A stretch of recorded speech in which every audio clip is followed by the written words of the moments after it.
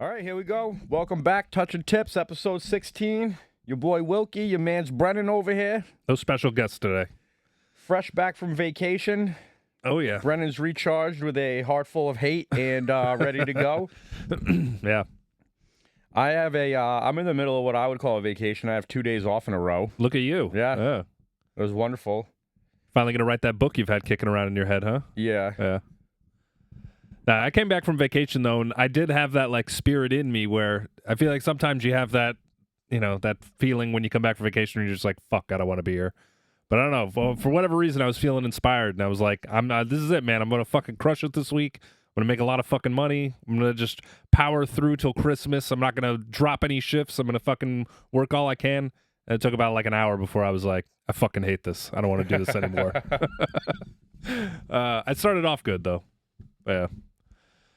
I think my most trying times, I feel like if because I did work there and go on a few vacations, you know what I mean? Yeah. And coming back, I think in retrospect, thinking about it, it was always the people that I worked with that made me snap into that I fucking hate this place more than the actual guest. Yeah. You know what I mean? It would be that first shift back working service bar with all these idiots that can't make drinks at the speed of light and just being I fucking hate you people. Yeah.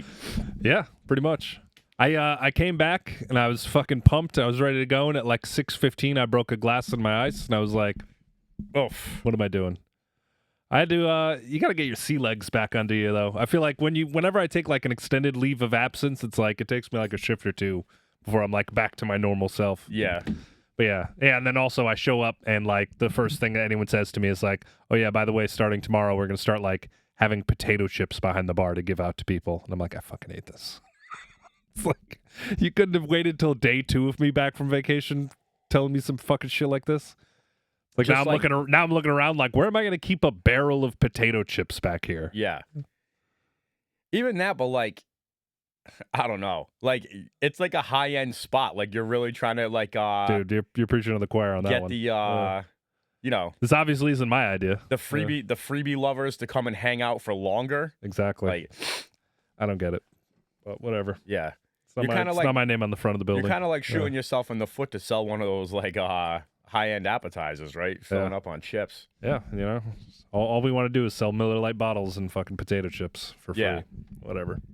We didn't even the last new spot that I worked at, we had bar munchies, but they were for sale. Yeah. Fuck you. Yeah. I enjoyed that. But I like that because people would they'd show you who they really were right away. Yeah. You know what I mean? Because it's I feel the number one thing you can do to make me disinterested in you for the rest of your time at my restaurant is to ask me how much something costs. Yes. To be unwilling to pay $5 for a bag of potato chips. Yes. It's you don't understand what's going on here. Yeah. Right off the rip, you're gonna expose yourself for being a cheap fucko that I just don't want to deal with. Yeah. You're not worth my time, effort, and energy. You're not worth the space in the bar stool that you're occupying. All I'm doing is waiting for our time of interaction to come to an end. Yeah. If you go into any establishment, whether it's a restaurant, a fucking place of business, anything that's taking place or taking part in the fucking commercialization of America, it's you should understand that there is a cost to that. And if you're not comfortable with spending any money, stay the fuck home. Stay the fuck home. Dude, I've never had this happen to me at my airport job, but I had 6 ladies, right? Yeah. They order strike one. Strike one. Yeah. They seem to there's no men. You know, it's just 6 ladies together. I don't know what the fuck they're up to. And they're driving away all the men in their lives. Yeah, they're older. They're probably I don't know. They're probably 45 or 50. Yeah. So they order it's something stupid. It's either 4 red sangrias and 2 proseccos or the other way around, right? So the lady who's paying, she does the math in her head of how much everything should cost off the menu. Yeah. You know what I mean? And it just so happens that the sangria is $13 on the menu and $14 in the system for whatever reason. There's 4 or 5 other random things that don't make any sense. Right. It's they did a reprint. They never updated the system. There used to be old menus that had I don't even know what these things are. They look like they're almost like I don't know, like printed like whiteout decals. You know what I mean? Like it'd be like a square of like whiteout over the price. Oh, right. But it would be yeah. like a printed digit on it. It wouldn't be like a handwritten thing, you know? So it kind of looks like it belongs. Yeah. So there at some point the menus did have them on there. Then we got new menus, and I guess nobody ever checked them against the computer. 3 and 3 together, and which happens all the time. Yeah. So this lady puts up a fuss about it. She tries to give me like whatever I tell her the bill is. She's like, that's not right. These are supposed to be this much, da da da da da. And at first I'm like, is this like, are you some type of fucking high-end mathematician? Like you were able, like Rain Man? Yeah, like you're able to calculate like the sales tax and the alcohol tax and whatever else that's all carried on at the end. And so I tell the lady, I go, look, it's just me back here. I'm the most senior member of the staff. I don't have any way to change the price. Like, it is what it is. Like, at the end of the day, you're complaining about $3. Yeah. Like, so I go, I don't know what you want me to do. Like, they're different. Like, it is what it is. And she just will not accept this. And I go, you're going to have to wait for me to, like, find a manager or something. I go, they're not just standing around back there. Yeah. You know? So I come back and I go, I don't have the time to try to fix this for you. I'm busy. I go, just leave me $3 less. Yeah. How about that? Just leave me $3 less. And so she gives me the money, and it's like $1.20 for like the change or the tip, right? So do I assume that I take the $1.20 and just be like an asshole and make her ask me for the money back? Yeah. Since you're already being like a cheapwad in front of your friends. But I decided, I'm like, nah, I'm just gonna give her the $1.20 in all of the small change that I have. So I just went, I put it in like a little quarters. No, no quarters. I gave her all dimes, nickels, and pennies. I put it in like a little rocks glass, and I just slid it over to her. I go, there's your change, and she fucking took it all back. And I go, yeah, walk around with that in your pocket for the fucking rest of the plane trip, you fucking hag. But like, I've never seen that happen where somebody just thinks that they can Rain Man the fucking calculation and be like, this isn't right. Well, I've definitely seen that before. Yeah. And actually, it doesn't happen as much at the spot I'm at now because we do kind of not attract that sort of clientele. But the old place, the Joe's, happened all the time. First of all, I think because everyone who worked in that fucking place was an idiot anyway. So there was constantly shit in the computer that was wrong compared to what it was on the menu. But you just get like, fucking old ass people would be like, a cup of chowder is supposed to be $3.50. It says you charged me for $3.75. It's like, I will literally take that quarter and fucking shove it in your fucking eye. Yeah, like fuck you. I fucking hate those people. Yeah, like I don't understand. Like. I just like don't. There's no opportunity cost. It's like the amount of time that you're wasting of both of ours to save yourself like $1. Like you don't get paid. I don't get paid enough to do this. You don't get paid enough to do this. Like just how about this? I'll take $1. I'll light it on fire and just fucking leave. Yeah, just leave. None of us can have it. Exactly. Now. Fucking Jesus, man. Like I just don't know. Like that obviously comes from somewhere. Like you had a parent that did that, and you mimicked that behavior. And at some point in your 40 plus years on the planet, you haven't like been out. You've done nothing to improve yourself. Yeah, like you haven't seen them do it, and then had like the self-awareness to be like, look at how much this is turning everybody off. For you to be like a cheap wad, wasting the waiter's time. Like, you know what I mean? Look how much everyone hates you. Yeah. Look how much. Yeah, and I feel like that. There's a certain group of people that just do not possess that skill to be like, I'm the problem. Yeah. You know what I mean? Like my lack of self-awareness, my ability to be a better person from the day yesterday, I'm not going to participate in doing that. There's no leveling up. There's just, I am as God made me and deal with it. Yeah. And it's just like, I can't wait for the fucking 4 horsemen to come and drag all those people.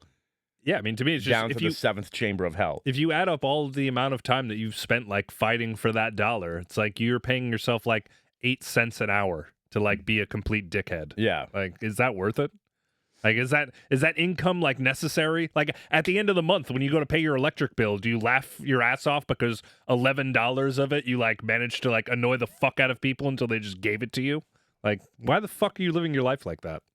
That's like another thing that goes on at the airport that I find infuriating is like people come up with their stupid cups and they're like, "Can I please have ice and water?" And it's like, you see these other 15 people that are sitting at my bar, they're paying me to make them drinks. Yeah. You know what I mean? You think I have time to like prioritize your fucking needs when you're just some fucking my favorite word, vagabond fucking passerby. Yeah. You know what I mean? Like, get the fuck out of here. But it's just like the hospitality that's been instilled upon me that I do it for them every time.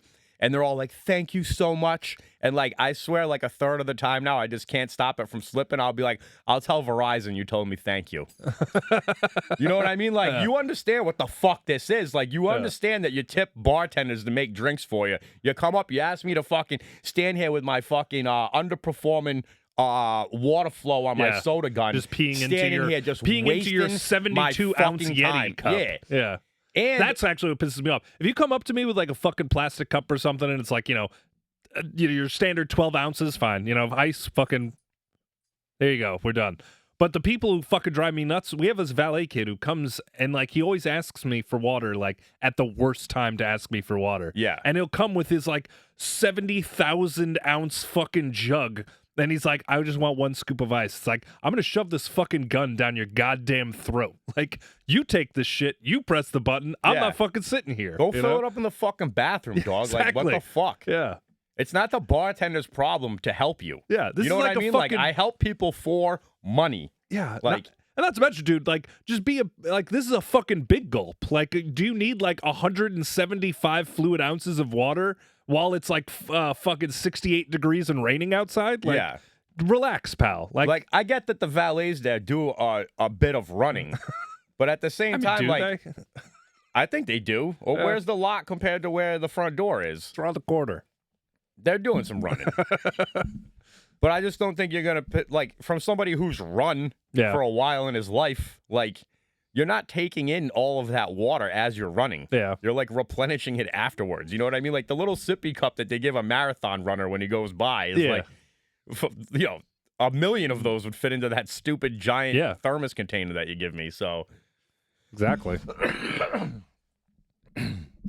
Yeah, dude, people are just inconsiderate dickheads.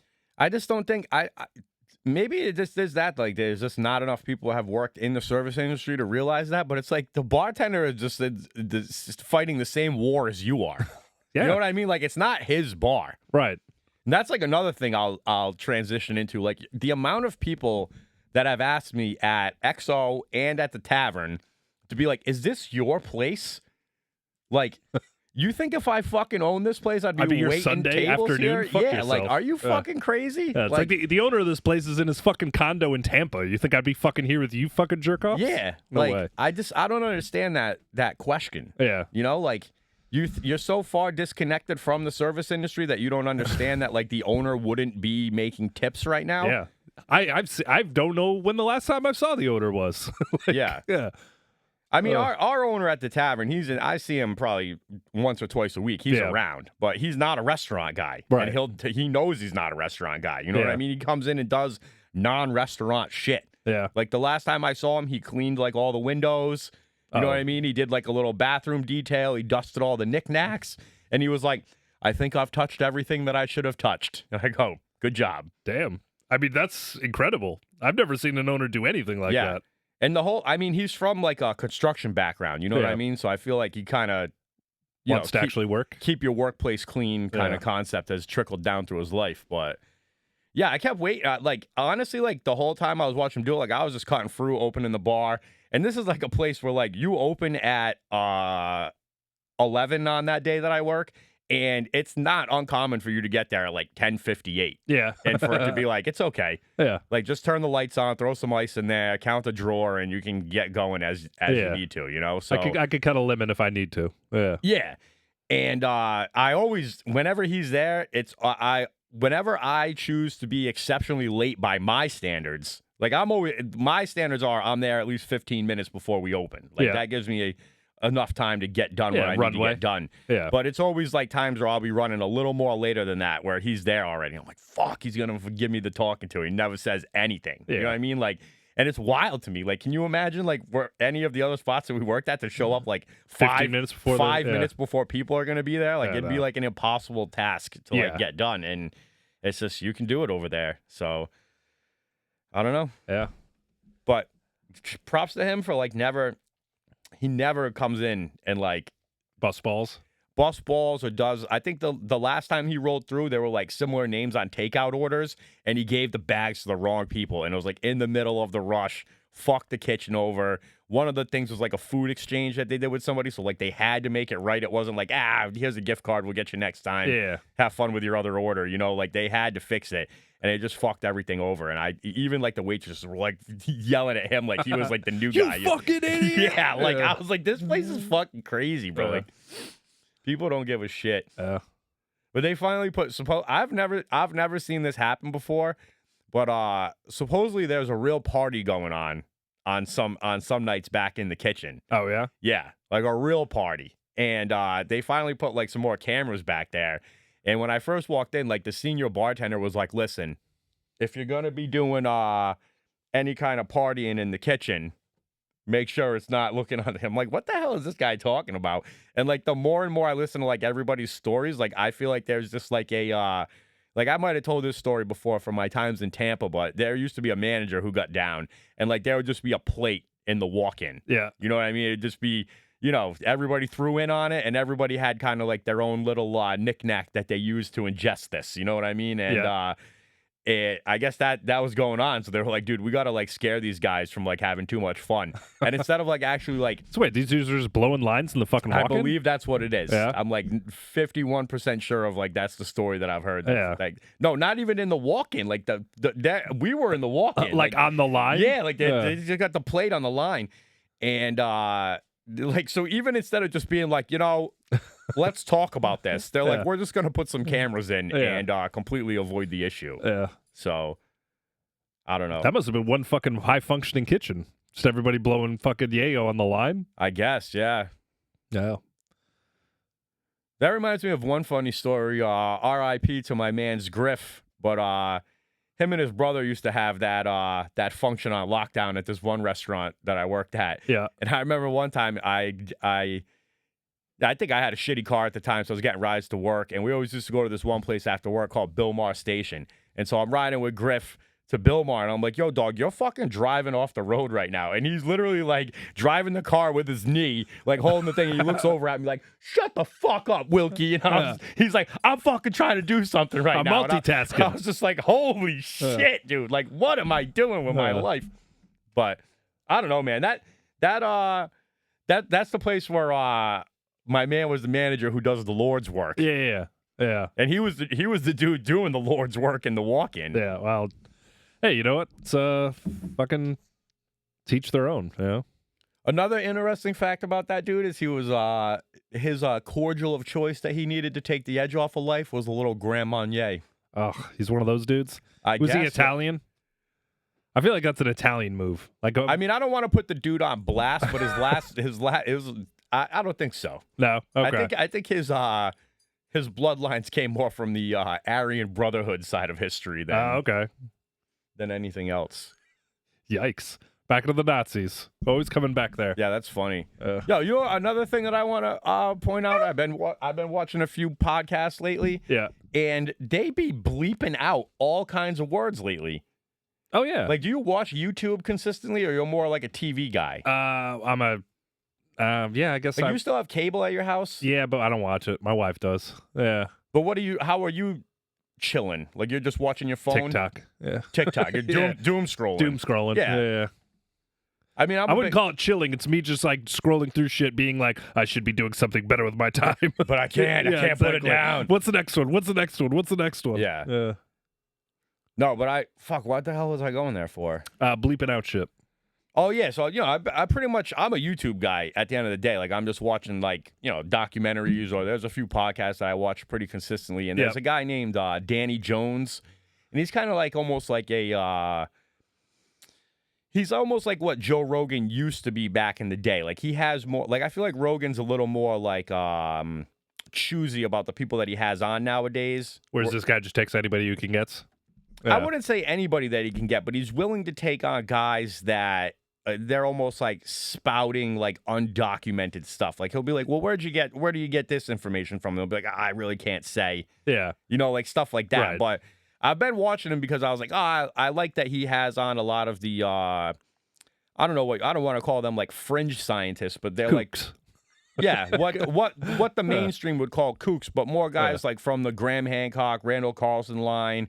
There's evidence that this isn't the greatest achievement that humanity's ever been to. Like we've been to higher technological grounds than this and just been wiped out by getting lazy and not paying attention to like comets and solar flares and stuff like that are on this giant cyclical level of affecting humanity on a global scale. Yeah. So he's bringing a lot of these guys on, right? But then he starts bringing on like fucking UFO dudes and all these guys talk about Epstein and all this stuff. And especially the Epstein stuff. It's like they blurred out the P word. What's the, like, pedophile? Yes. Oh. Every single time, bro. Like there's one guy who said, like, he must have said it like 5 times in like a sentence. Yeah. Right? Because that's what so he it's was just like, beep, not even beep. Just yeah. like, it sounds like it's like the sound drops out? Yes. Yeah. Just no vocal at all. And it's like, is the algorithm that screwed where like you can't even say that word without being thrown to the bottom of the I don't know. Of the views or whatever? Like, because that's crazy to me that you're gonna start. I mean, that's why we're not famous. We're just talking about pedophiles too much. Yeah. But it's like, it's not you. I don't think that it's YouTube telling them to do that. I think that it's them trying probably to be doing it themselves. Proactive. Yeah. Thinking that you can't say this word, but it's just so crazy to me. Like they'll say fuck, they'll say shit, they'll say all the other George Carlin. Well, I know on TikTok you can't say kill. Like so like dude, that's another thing, so it's bro. unalive. It's so, they call it unaliving. Yeah, it's like they what? unalive themselves. Yeah, like what the fuck is the or point like of this? it's crazy. Yeah. I'm still in all these G.I. Joe groups like a nerd on Facebook, and they'll be like, I'm looking for this guy's pew. Oh, they can't say gun? Can't say gun, bro. They won't say, like, I need Snake Eyes gun. I'm looking for Snake Eyes pew pew. And I'm like, bro, fuck you. Snake Eyes don't have no pew pew. So, yeah, it's just a wild world that we're fucking moving into where you have to self-police the words that you say. And it's not even about, like, the radio edit words anymore. Well, I mean, some people could use a little self-policing more than others. But, I think that you should be able to say gun. Yeah. Yeah. Speaking of self-policing words or whatever, you hear Hulk Hogan is coming to Providence? Yeah, bro. I saw you. I saw you share that saying, "I need somebody to like cover my bar shift." Yeah. And I thought to myself, I go, if Brennan was that big of a Hulk Hogan fan, that might be the only way you could ever get me to go back. Yeah, I'd be like, I'll never go in that fucking building again. But if one of my homies was like, well, if you do it, I can fucking have a beer with Hulk Hogan, I'd be like, all right. I'll do it. I reached out to our mutual friend who's the manager over there, and I was like, yo, can you get me in the side door just for like 10 minutes just so I can beat him? He's like, no. He's like, I've had family and friends ask me that, and I can't do it. And I was like, shit. So, the dude, he used to work for you guys. That's what you're talking about? Yeah, he's a cool dude. Yeah, he's awesome. My wife... Well, he's the guy who gets all those dudes in there because he's a big wrestler. Yeah. Yeah, I think for a while he probably still does it, but I think he kind of has like a, you go to like these, for lack of a better term, like flea markets and stuff. Yeah. And he has like a retro collection of things that he sells. Yeah. So. Yeah, I think he's still doing that. Yeah. Yeah. He's a cool dude though. My wife worked with him for a while before they did like the update at the, I don't know. Stop putting all the details out there. Before they flipped one of the restaurants, you know what I mean? He was the GM over there, and my wife worked over there for a little bit, and she was always like, he's the only one worth anything over there. Yeah, he's a good dude. So what the fuck, bro? Let us meet Hulk Hogan. I understand. It's it's the kind of thing where I was seeing if I could pull it off. I couldn't. That's all right. Do you think how much? But anyway, I was just gonna say, like, he's been saying crazy shit anyway. It is probably a situation where it's like, don't meet your heroes, That is what I was just gonna say though. Like, how much does it affect, or how much would somebody have to pay you to like show up on like a political stage with Hulk Hogan? No, just because Hulk Hogan like endorsed Trump. Or some he was shit, an right? RNC like, guy. He's like ripping his fucking shirt off. Well, that's just it. This whole tour of him, like, because he's pimping this beer he has, which I'm sure is garbage, but like he's going around and he's like just saying wild shit where he's just like, let me tell you something, brother, about Kamala Harris. It's like, you're here for beer, man. Like, relax, you know? It's like, I'm going to power bomb her into oblivion. It's like, just relax, Hulk, I am getting read the room, pal. Nobody's here for that. I am getting a little happy thinking about this, like, taking off, though. Like, Donald Trump's just, like, rolling around, like, popping Hulk Hogan beers, drinking it all funny, like that water bottle. He should have been the running mate. Not for nothing, he would have had my vote if Hulk Hogan was on the ticket with Trump. At that point in time, that would have been, like, peak idiocracy. Just fucking Trump Hogan ticket. Can't go wrong. How could you get better than that? Like that's peak American. You have to start like an underground rumor that there's like tapes of Donald Trump fucking Hulk Hogan's wife around there somewhere. Oh, they're definitely both into peeing on people. That's for sure. Yeah. Wasn't that the big thing with like Trump? The first time he got elected? Yeah, there was like something Putin about has like videos of him like pissing on people or something, or getting peed on. Yeah. I don't know. I get it. It's warm, right? I guess. Yeah. I've only ever had one person I've known ever really be into that. Okay, for a second I thought you were going to tell me I've only really gotten pissed on once. So I was about to be like, I need to hear that story. I don't think I've ever gotten pissed on to my knowledge. To your knowledge? No.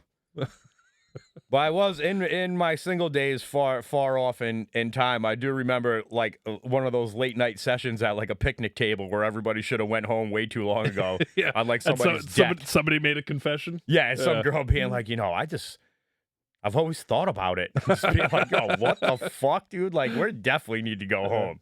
Holy Christ. Well, hey, no kink shaming here. Well, I mean, you remember that one chick? She went like viral like this is definitely when like OBJ was like a #1 wideout, but she was like telling everybody that's what like, he was into getting like pooped on. Yeah, the shit thing. Yeah. That's wild. Yeah. Yeah, that one I really don't get. Have you ever seen Two Girls, One Cup? Oh, God, yes. I've never seen it. Made it my whole life without ever letting that. I feel like it's I don't know how you did, because it's the one thing. It's the thing where like I feel like everyone goes into it being like, oh, this is gonna be funny, and you get like a minute into it, and you're like, this is not funny. Like, yeah, I don't know. I don't even know what to think is on that. Yeah. I think maybe I was before Two Girls, One Cup came out. I feel like we've talked about this story before, where like. I worked in Tampa at the time. My boy was like my manager. He was like one of my favorite guys to like bartend with at the time. But he had his sights set on like managing and shit. You know what I mean? So he goes to this other place, becomes like a manager / bartender, brings me on. And then, it's kind of like a boys club. Like we're all fucking laughing, having a good time. Yeah. And this is like, I don't know, 2003, 2004, somewhere around there. So it's like you just got cameras on cell phones. Yeah. You know what I mean? So they're like, oh, you got to check this out. They're like, if you put your phone number in, it will like track your phone and like zoom in on where you are. Yeah. So it's like, I put my number in like an idiot. It's fucking zooming in. I'm like, yo, this is crazy. Yeah. And then all of a sudden it cuts to like fucking bro butt sex. Yeah. But I didn't even know it was bro butt sex because it's literally like zoomed in on only. Yeah, it's all pixelated. No. It's only like this part of the action. You know what I mean? So like you see some butt fucking going on. You're like, you got me. You kind of turn away real quick. And it wasn't until hours later that my subconscious was like, there fucking wasn't something right with that. You know what I mean? And finally it dawns on me. I go, there were 2 sets of dick and balls. You know what I mean? Like the dude, the butt fucky, his garbage was bouncing around. Yeah. And I was like, it finally like dawned on me like what my friends really put me up to. Yeah. And now you're gay. No, but I feel like how that it works. That like that PTSD'd me into like anybody being like, yo, you want to see this on an internet monitor? No, and being like, no, I don't. I don't. My friend Dave got me real good one time, and I never forget it, and that's it. Just immediately like armbar them and like, I know what you're trying to do. You want me to look at your dick? It's like, what the fuck? That's funny though. I've seen this kid because he's a Boston dude originally, so he'll come back for like he was just in town for who was playing Gillette, like Kenny Chesney or something. Like, so he came back for that. And last time I saw him was at some country show. We were up there. He was up there. And I was like, babe, like I really want to find this dude, get a picture with him, like he's my boy from back in the day, you know what I mean? I was like so happy to see him. Yeah. I never thought once about that time. Like, remember when you fucking set me up with that shit? And like I feel like that would have been so funny if I could just find that video and somehow like get a picture of like the most garbage scene that you can and like somehow like slip it into his pocket or something when he's not looking and be like, he goes to do laundry and he's like, ah, shit. Or even worse, like his wife finds it while she's doing his laundry. And now you're talking about ruining people's lives. Yeah, I guess. Guy made you look at butt sex, and now it's just like, and now your wife left you, and your kids will never speak to you again. Dude, I used to like read, like, I don't know what you would call it, like the Lost Connections or some shit like that on Craigslist. Yeah. And one time, like way back, this is probably going back like 10, 12 years ago or something like that. One time I like left it open on my computer, and my wife went on my computer for some shit, and she's like, "What the fuck is this?" Yeah. And she was like so mad at me, thinking I was into some weird Craigslist shit, and I was like, no, they're just funny. This is just like a guilty pleasure of mine. I'm not fucking looking for anybody. And it's like, I swear, like that was like anybody else would have been like, all right, yeah, that's funny. But she's such like a nice, wholesome person that it took her a while to be like, still suspicious. Yeah, something right there. Still suspicious about this story. I'll have to bring that up again. Yeah. Well, what did you like about them? Were they funny? Yeah, like it's just literally people being like. There's one of them that went viral years back, Was and that's the one with the guy like looking for the girl in the supermarket because she farted in the bread farts aisle. like a Clydesdale. Yes, yes, yeah, that's funny, bro. That's that and the red balloon, bro. Are fucking going on the Hall of Fame. There you go. But yeah, I saw that, and I was like, dude, where does this exist at? And like, you know, are there more of these? Yeah, I like put the pieces together, and I was like, oh shit, like, and it's like local. Yeah. So these are all like other retard Rhode Islanders like looking for people. And yeah, I just started reading them every now and then. This is the time where like you'd find like race car projects on Craigslist all the time. So you'd be like, all right, there's no race cars? Yeah. Let me see what's going on in these fucking weirdos' world. So yeah. Haven't been on there in a while. Yeah.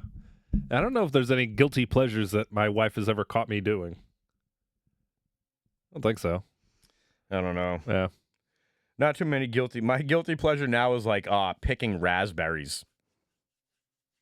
I like go out to my crop in my yard and I'm like, yes. Is that guilty though? Is that just nice? I guess. You get out, you get some vitamin D. I didn't even interacting with nature. I didn't even eat any of them yesterday. I just put them on a napkin and left them for my wife, and I was like, she's gonna enjoy those. Look at that. You're being such a good hunter gatherer. Yeah, but that's not how it's supposed to be. Is that not how it's supposed to be? I'm supposed to be the hunter, bro. Yeah, well, or not that. Sometimes there ain't fucking woolly mammoth around, man. You know, you got to take what nature gives you.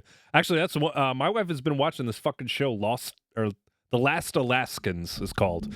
These people are fucking wild. It's like this preserve in Alaska, which I know this is going to tickle your government conspiracy bone, but like it's this area of Alaska where no human beings are allowed to be anymore. But there's like still people that are like grandfathered in who like have been there since like the 70s. So it's like these 7 fucking families or whatever, or dudes or whatever, who have like rights to these places. But it's like all they do is they like live in this like area where it's like there's no fucking road for like 300 miles. So they just have like these different like cabins that they kind of like ping pong between or whatever. But these people are fucking nuts. And they're like, they go there specifically for the winter, just for like trapping and shit. Like they like, you know, fucking fix up like area, you know, they're trying to catch like fucking wolves and shit, or like what the fuck is it, like shrews or something? I don't know. But like they're fucking shooting like caribou and shit. Yeah. There's just, and like every season they have to come out getting like flown out by a plane and shit because there's literally no other way of accessing these areas. Or like, you have to like drive a dog sled. Yeah, the Iditarod. Oh yeah, like a dude literally has like his own like Cessna plane where he's just like, yeah, this is what I drive down here, and then I can't go back until like the fucking battery's warm enough for me to like hold a charge again. It's like, so you're just stuck there in the fucking wilderness for like making it. Yeah, for fucking like 7 months a year. I'm gonna have to check that out. Yeah, I'm about that. Yeah, those fucking guys are wild. I think it's on Netflix. I feel like I did see some guys kind of like participating in that. They kept coming up in my algorithm, but it was like this dude, he's like still trapping, not selling drugs, but trapping, like catching animals and shit. And he's just like stretching like animal hides out on these like I don't know what you call them. Yeah, but I know what you mean. Yeah, it's like a frame. Yeah. I think that's what they call it, framing it. But he's just literally like in this fucking shed in his backyard with all these like fucking skin lamps hanging around. You know what I mean? I'm like, dude, this is like, I know this is your job and your livelihood and stuff like this, but you are on the brink of being a fucking serial killer, dog. Exactly. Like, this is like the 13th step. You know? like you've like dehumanized killing animals to the point where it's like, no, this is just like. I mean, humans are just animals, right? Yeah. Yeah. You ever? I think about that a lot when I see they do it at your spot too, but you get the whole like tenderloins in, and they're just like breaking it down. Oh yeah, you know what I mean? Cutting all the fat off, like doing all this shit. And I'm like, these motherfuckers could break a body down. Oh yeah, like if they really needed to. Like that's why I don't fuck with Chef. Yeah, yeah. Like I feel like you've passed the point of like being. It's just meat. Yeah, because I've said this about. I just said, I'd like to be in this Alaskan thing. But if I had to butcher my own meat, I feel like I'd become a vegetarian very quickly. Yeah. Like if I'm the one that had to pluck all the feathers out of that fucking bird and, you know what I mean, fucking decapitate that horse and shit. Decapitate that cow. Shout out to our previous episode, Freezer Full of Horse Meat. Yeah. But yeah, I don't think I could fucking handle doing that. I wouldn't want to do that. I mean, I think you can if it's a matter of you starving to death. Yeah. Like when these dudes like shoot like a caribou, it's like they're fucking 1,200-pound animals. Like they're like that shit feeds you for the entire winter. You know? think it's easier to shoot like to go hunting than it would be to be like a rancher or something. Like every day you're like waking up, feeding these homies. You know what I mean? Then one of a day it's like, well, one of you's got to fucking go. I'm low on stock. And you just take them out. Especially if you name them. Be like, we're eating sunflower right now. Today we're eating Bill. Yeah. I don't know, though. I mean, that's kind of ranching has come like a long ways in terms of like their humane shit. I mean, back in the day, like in the fucking like 20s and 10s or whatever, like when they had like the meat packing shit in Chicago and whatnot, like they used to just like literally take like a fucking sledgehammer and brain those fucks, you know, like, and if they didn't get them on the first like swing, it was like, well, I had 2 or 3 more that'll be fucking dead, you know? Like I remember when my family was like first making the transition into being vegans, they'd be like sharing all of this like meat factory torture and shit. Yeah. And they'd literally just be like driving forklifts into these motherfuckers. You know what I mean? Like driving the 2 forks into this thing's rib cage and like just letting it bleed out and being like, woof. Yeah. Like that's rough. That's rough. Well, like I still remember like when I was probably in middle school at the time when we had first moved down to Florida. And I had a couple like redneck friends around the neighborhood, and this one kid shot a bird with a BB gun, and he didn't kill it right away. Yeah. So I took the BB gun and fucking shot the bird, and killed the bird, so it like stopped suffering. Yeah. But I still like remember that, and remember that feeling that it gave me, and that's just a stupid fucking bird. Yeah. You know what I mean? Like I couldn't imagine like putting a gun to the side of a fucking cow or pig or something's head like that and just fucking blasting it. Yeah. And then, but isn't it kind of? It's just the same, you know. I guess, yeah. Animal's an animal, you know? That to me is like what I fundamentally don't agree with is like all the people who are just like, well, we can't kill otters because they're cute. And it's like, well, then what the fuck, man? Why do we give a shit about the fucking anything? Like, yeah. I mean, every species on this planet eventually goes extinct. Yeah. Well, yeah. You know what I mean? Like, there's nothing that's been here for forever. There's nothing that's going to be here for forever. So actually, there's some crazy shit. Sharks have been here for like millions of years, haven't they? A long time, yeah. But they're still like evolving and stuff into like different genus and species, like I think it's a rare rose that something has stayed exactly how it is like all the way back. I feel like crocodiles or something like that and alligators, like they haven't evolved too much, but for the most part though, like all these guys that are about conservation, it's like none of us are making it out of here. Yeah.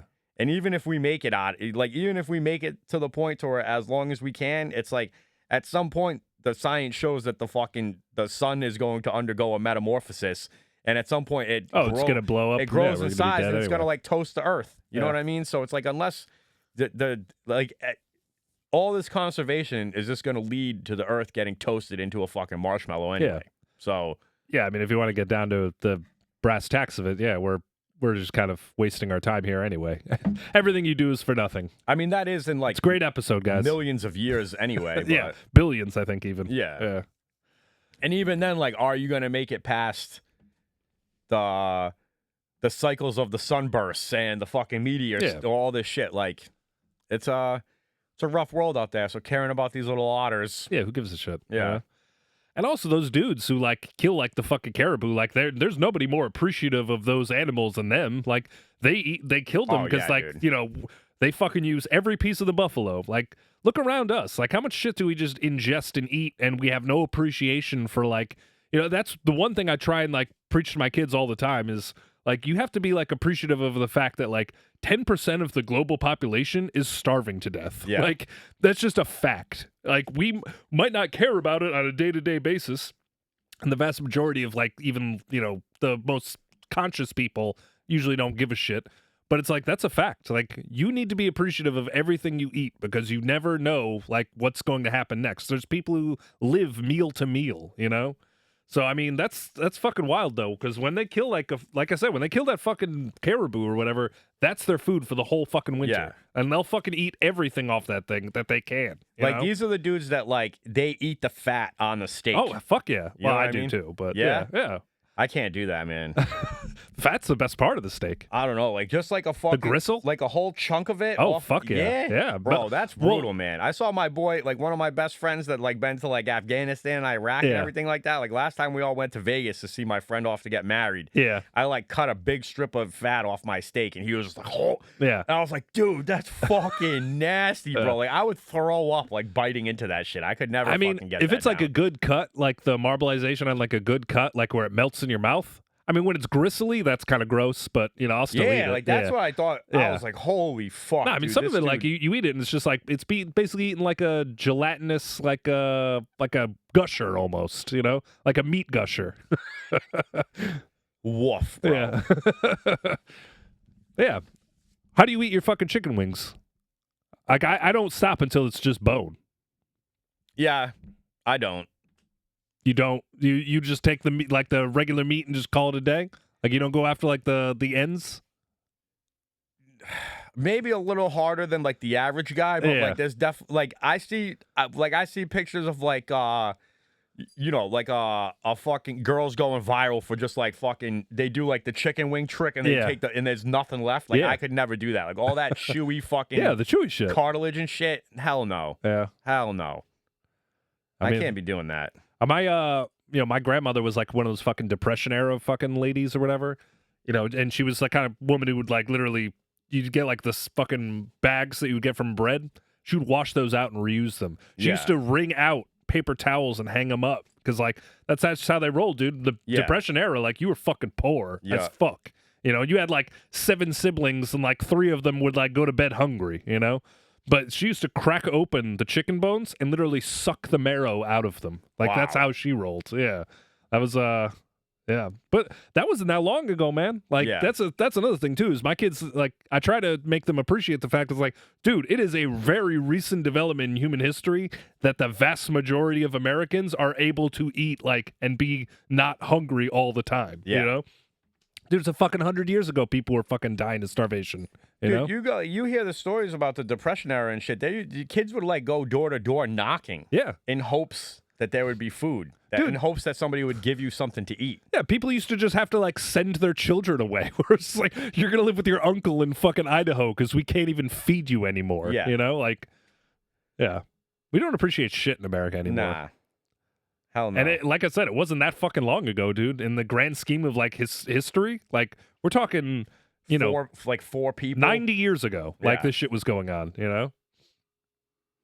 Yeah, I mean, if the average person has kids at fucking 20, it's probably even earlier back then, you know what I mean? But 90 years ago, it's just four generations. Yeah, I mean, my grandfather's dad probably like was like, you know, wondering where his next meal was coming from, you know? Yeah. And now you have people coming in here fucking haggling with me over a fucking $1 in a sangria, you know? Yeah, but those are the people. It's like, how did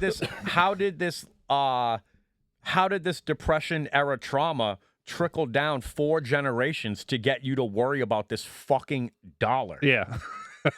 You know what I mean? Like, you don't go, like, do you not go into like an airport / travel vacation experience expecting to spend money, that you're getting fucked on spending money? Yes. Like your whole, you're just going to focus on like attempting to save your $3 fucking dollars instead of enjoying your vacation. Yeah. Like, I can't even imagine that, bro. I don't know. And those are the same people that are just gonna like be like, these fries are too salty. It's like, eat them and shut the fuck up. And if you don't like them, don't ever come back. Die from them. Yeah.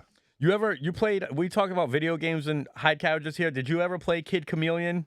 Yeah. On Sega, you remember that Sega game? Genesis, yeah. And you know, like the bosses that would come around like every like 30 or 40 levels. It's like the dudes on like a shish kebab stick. It'd be like the big heads. Yeah, I mean, I don't remember the game that well, but go on. Well, that's like basically it's like 3 floating heads. Yeah. And they're shooting like projectiles at you, and you're running all around this one zone, and you're trying to get him. But basically, like the dude's like one like sound effect on this, he like shoots like this venomous bubble at you or something, and he goes, "Die." And I just think like every time somebody's being an idiot like that, I hear that dude from my childhood just be like, "Die." Yeah. Die. Video games, if you break it, like the voices in video games are fucking wild. There was I was watching, I forget who the fuck it was, but he was talking about how like it was somebody's job to be like the voice in like Street Fighter, like like he was like somebody in a recording booth was just like, you can, it's like it's fucking crazy. How do you get that job? I don't know. You got to be like a voice actor of some sort. I bet. That'd be an interesting deep dive. Like who are the actual voices behind these people? I bet you somebody in Street Fighter overlapped and was like Destro's voice or something like that. 100%. Yeah. I feel like there's a lot of like, I'll see that every now and then. Like you'll see like, like some actor or something pass away, and it'll be like, little known fact, he was also the voice of so-and-so. Wasn't like Uncle Phil from The Fresh Prince. I think he was the voice of Shredder from the Ninja. Oh my God, he was! If I'm not mistaken. Yes. So. Oh my! I didn't even fucking realize that. Yeah. That is definitely his voice. Or like James Earl Jones is fucking Darth Vader, right? Like, everyone knows that one. I mean, everybody knows that, but I'm just saying, like, you wouldn't expect that, right? Like, especially when they took the helmet off in number 3, where it was just like, you're not James Earl Jones in there, huh? Yeah. So it's you're fucking Herman Merman. Yeah, Thurman Merman. Watch out for the Herman Goering movie. Yeah. Yeah. Your grandfather's in it. Yeah. He'll play a minor role as the guy who killed Herman Goering. Allegedly. Yep. Sneaking. What was he sneaking cyanide pills in? Yeah. Well, like I said, I don't know, but allegedly. Like, it just came, everything makes too much sense. That like makes me think of like, are you aware that Shane Gillis has like a podcast where he like talks about history? I mean, I know he has a podcast. I didn't know he has one. I think it's like a separate podcast from like Matt. Like there's like Matt and Shane's secret podcast, and then he has like this other thing where he talks about like historical events. Guys, he was like along the lines of being a teacher. Yeah, like he did teach in like Portugal or something like that for a season or whatever, for a year or whatever you want to call it. Yeah. But he's just got like I guess he's just always had like an interest in history. Yeah. And he's talking about, I watched one where he's talking about like the Civil War, and he's like, like the rhetoric on the Civil War is that the Union had like weak soldiers, and that they didn't have like, we just overpowered them with numbers, and we were just sending people down there that weren't like well-trained soldiers and stuff like that. He's like, but then you watch like the gangs of New York, and you realize that this is like the same similar population set that they're sending down there. He's like, they say that the North boys were like weak and bad soldiers. He's like, those were the baddest boys from the North that have ever existed. Yeah. He's like, there's been nothing but them becoming softer men since the days of like that going on. Well, because all it was fucking Irish immigrants who just came off the boat like from starving to death in fucking Ireland. And we'll they were feed just like, your family if you sign up to fight this war. Kill some of these fuckers and we'll feed your family. And they were like, yeah, let's do that. Yeah, let's do it. Yeah. I've been running on whiskey for this entire boat ride. Exactly. I am fucking furious. Yeah, exactly. Have you ever been on a fucking transatlantic boat from Ireland to America? I'm ready to kill a lot of people. Yeah. I'm ready to kill everybody just like on a fucking, like, I can't even imagine going to Block Island. Yeah. Like, I used to go on these, like, annual fishing trips with a few of my regulars, and just even, like, the time on the boat, just, like, getting out to where the fish are supposed to be. I'm like, this is fucking miserable. Yeah. Yeah. I was also a raging alcoholic at the time. They wouldn't let you drink on the boat, so I was like, this is fucking stupid. Why can't you drink on the boat? Probably some insurance shit that you don't fall in the water. Yeah, that's true. And this So it is was like a charter thing. Yeah. Yeah, okay. This is like how far we went on the thing to drink. It was, of course, me and my boy Matt Murphy that would make the trip. Yeah. But we would purposely go and buy like root beer or cream soda, Yeah. like Yeah, liters. something with some tint to it. Yeah, something with brown tint to it. Yeah. And be like, nah, man, it's fucking Just cream soda. ain't nothing but a nice sarsaparilla Yeah. over here. Look at my man's Rambo just getting the love. There you go. He's a good boy. Yeah, it's my favorite one of your dogs. You're chill. Yeah, he has no emotional investment in anything. The other ones get like all scared about like thunder and fireworks and all this stuff, and he's just like, let it come. I've been through it. Yeah. Yeah, they whine in the car. He doesn't do anything. He just lays down and goes to bed. He's like, tell me when we're there. Yeah. I feel like dying dogs like just speak to me. I'm just like, yeah, I get it. Yeah. Yeah, you're almost like jealous of him at this point. Be like, man, I wish I only had as much time left as you Exactly. You don't give a shit about anything, do you? Yeah. You know what is funny about him? What his like his thing is? Like you can't take him to the dog park because he's just trying to hump. Oh, really? Yeah. Trying to fuck. Trying to fuck. Yep. And it's mad funny too because it's like he'll go around and like test everybody out. Right? And then because I just chase him around the park the whole time. Like, come on, get off him, get off him, get off him, get off him. And then eventually it's like he'll find the gay lover of his choice. Yeah. And he's like, nah, it's only about him. And it's like, so instead of now you my bitch. Yeah, instead of you like trying to wrangle him away from every dog, now he's like, what's up with this one guy that's over there? And you're like, God damn, bro, like leave him alone. Stop fucking my dogs. Yeah. Dog park people are a rare breed. Yeah. Yeah. I can imagine. I've Yeah. like stopped going because they're like they're just like ridiculous. Yeah.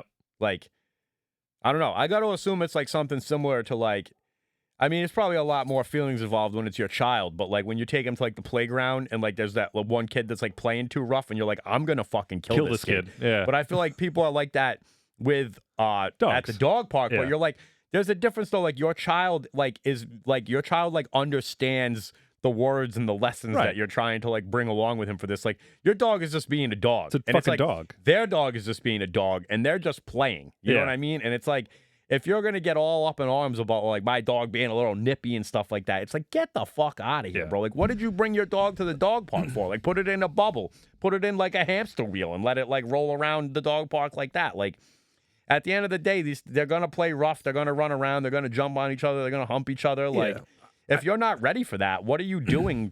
I mean, if I'm being honest, I think there's an unhealthy thing happening with dogs nowadays where I see how you treat your dogs, and you treat your dogs like they're dogs that you love. Nothing wrong with that. They're dogs, they're animals in your house that you care for, and you enjoy their company, and you love them. But there's people who are trying to turn their dogs into their children. And it's like, that's not like a healthy thing to be looking at it like. You know what I mean? Like you said, they're dogs. They're in a park. They're going to be playing with each other. They're going to be doing things that are rough. They're going to be doing things that are dogs. But then you have these people who like try to like break it down, like, you know, they try and like get in their dog's face, like, and speak to them like they're like coaching them through this life lesson. It's just like, it's a fucking dog, man. Yeah. Like, you're never going to teach your dog not to fucking hump other dogs. Why? Because he's a dog and he likes to fucking hump other dogs, you know? And like if that my dog's name is like Parker. Yeah, well, exactly. You know, if my kids were at the park humping people, I would be like, yo, there's something fucking wrong with my kids. You know, like you can't try to turn your dogs into your children. You know, as much as you might like to have that supplement, or supplant like that part of your life, your dogs aren't kids. Yeah. And the people who like call themselves like, I'm a puppy parent. It's like, no, man, you're just a dog owner, which is cool. I love your dogs by all means, but don't like turn it into like some weird like obsession that you have, Like I just don't like that whole thing that's going on in like dog ownership right now with that shit, at least. It's creepy in my opinion. Or like even just like the and honestly, it scratches an itch that I don't think people really realize, where it's just like, oh yeah, you just like having dominion over another thing or another entity. It's like, yeah, sounds like a lot, sounds like what used to happen like 150 years ago or so. It's like this is adjacent. I'm not gonna say it's the same thing, but it's adjacent. That is funny. Like I feel like they do. Like, you have dominion over them, but it's like the dogs, if they could talk, they would introduce you to the other dogs and be like, this is my slave. Yeah. Like, Yeah. this motherfucker picks up my shit. He takes me for walks. He feeds me when I tell him to. Like, this is my fucking slave. Yeah. I don't know, though. I mean, you castrate them and then you put them in silly outfits. And then, you know. The people that take their dogs to, like, inside restaurants are wild to me, too. Yeah, like, they put, like, the fake service dog thing on them and stuff, and it's just like... Those are the people I'm talking to, you know? Like, you're fucking... There's something wrong with you. Like, you're not supposed to touch a service dog. Like, if a service dog comes in, like, they're not supposed to be up on, like, eye level... like sitting with you, letting all the other customers pet them. Like, that's not a service dog. Like, have you ever seen what a service dog does? Like, they literally just sit there and you're not supposed to interact with them at all. They don't do anything. Yeah. They don't do anything unless you need them to do something. It's like all of that's supposed to have been trained out of them. So for you to like kind of, I don't know. It used to be like you'd see them every now and then. Yeah. And now you see them like once a week. Yeah. You know, and it's like.